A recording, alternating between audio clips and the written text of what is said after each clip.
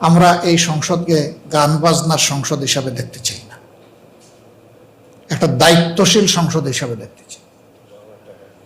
প্রতি মুহূর্তে জনগণের ট্যাক্সের 2,74,000 টাকা ব্যয় হয় সংসদ চলার সময়।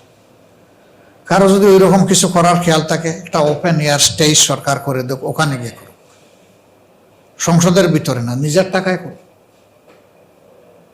সংসদের ভিতরে দায়িত্বশীল আচরণ করতে হবে, জনগণের সমস্যা এবং তার সমাধান নিয়ে কথা বলতে হবে, জাতিকে স্বপ্ন দেখাতে হবে, স্বপ্ন বাস্তবায়নের রূপরেখা দিতে হবে, জাতীয় দাবি আকাঙ্ক্ষা এবং অভিপ্রায়কে সর্বোচ্চ গুরুত্ব দিয়ে এখানে পারফর্ম করতে হবে।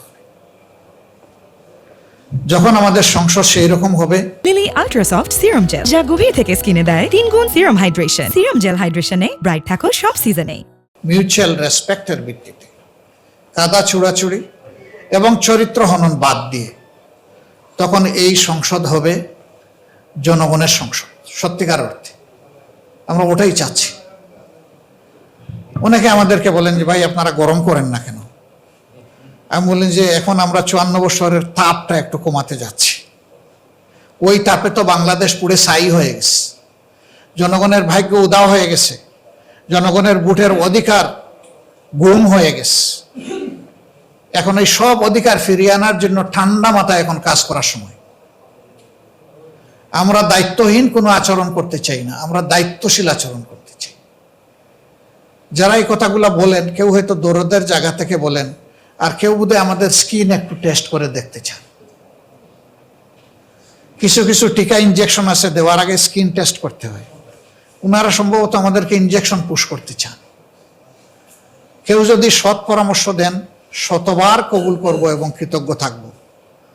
কিন্তু কেউ যদি উস্কানি দেন, আমরা কারো উস্কানিতে নাই, এই দেশ আমাদের সবার। একটা স্টেবল সোসাইটি ফর্ম না হওয়া পর্যন্ত বিশ্ব দরবারে আমরা কোমর সোজা করে, মাথা সোজা করে দাঁড়াতে পারবো না।